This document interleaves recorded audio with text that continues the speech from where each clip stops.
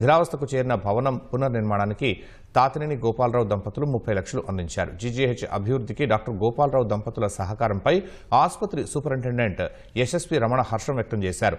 చదువుకున్న గుంటూరు మెడికల్ కళాశాల బోధనాసుపత్రి అభివృద్ధికి పాటుపడడం సంతోషంగా ఉందని డాక్టర్ గోపాలరావు అన్నారు. డాక్టర్ ఎల్లప్రగడ సుబ్బారావు గారి బ్లాక్ ఇది మెడికల్ రికార్డ్ సెక్షన్ కింద డయాలసిస్ కింద ఇది వాడుతున్నారు.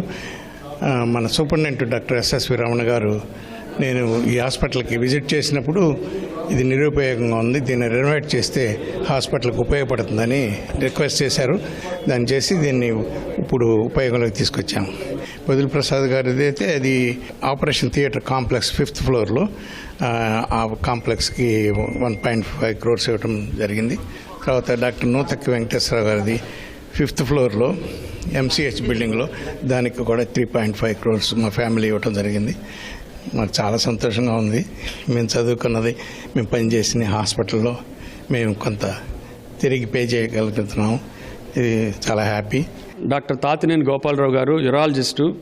ఇక్కడికి కిందటిసారి ఒక 5-6 నెలల క్రితం ఇక్కడ వచ్చినప్పుడు మెడికల్ రికార్డ్ సెక్షన్ చూపించాను. నేను ఇక్కడ ఈ మెడికల్ రికార్డ్ సెక్షన్ అనేది చాలా ఇంపార్టెంట్ ఈ హాస్పిటల్లో.